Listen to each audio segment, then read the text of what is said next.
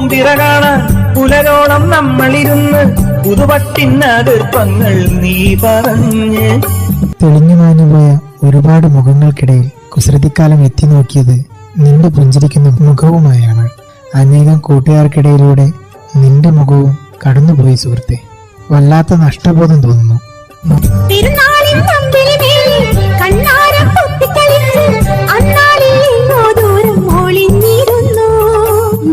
തുള്ളികൾ നിറഞ്ഞൊഴുകി വീണത് നിന്റെ കവിളിലൂടെ ആയിരുന്നില്ലേ?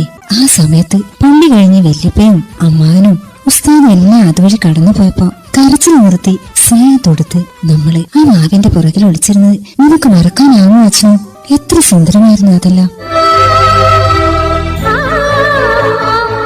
ഓർമ്മകൾ ഓടിക്കളിച്ചിരുന്ന ഈദാഘോഷങ്ങളുടെ സുവർണകാലം ഇന്നുകളിൽ ആധുനികതയിൽ അകപ്പെട്ടിരിക്കുകയാണോ? പടിഞ്ഞാറൻ ചക്രവാളത്തിൽ അമ്പിളി ചാന്തണിഞ്ഞു തുടങ്ങുമ്പോൾ തക്ബീർ ധ്വനികളിൽ മുഴുകാൻ പലർക്കും നേരമില്ലാതായിരിക്കുന്നു. ആനന്ദവും ആശംസകളും യാന്ത്രികമായി കഴിഞ്ഞു. ഫേസ്ബുക്കിനും വാട്സപ്പിനും പകുത്തു നൽകിയ ഈദാഘോഷങ്ങൾ ലോകത്തെ വിസ്മയിപ്പിക്കുമ്പോൾ ഓടിപ്പോയ ബാല്യം ഇന്ന് വെറും ഓർമ്മകൾ മാത്രമായി.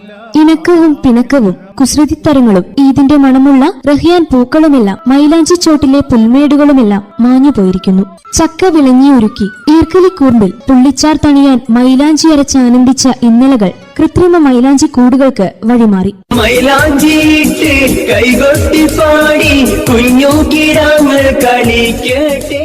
നേരം തിടുക്കത്തിൽ പായുമ്പോൾ SMS-കളും മെയിലുകളും ജാമാകുമ്പോൾ ഓർമ്മയിൽ നിറയുന്നതോ നീളൻ കുപ്പായവും വെള്ളക്കസവിന്റെ തൊപ്പിയുമണിഞ്ഞ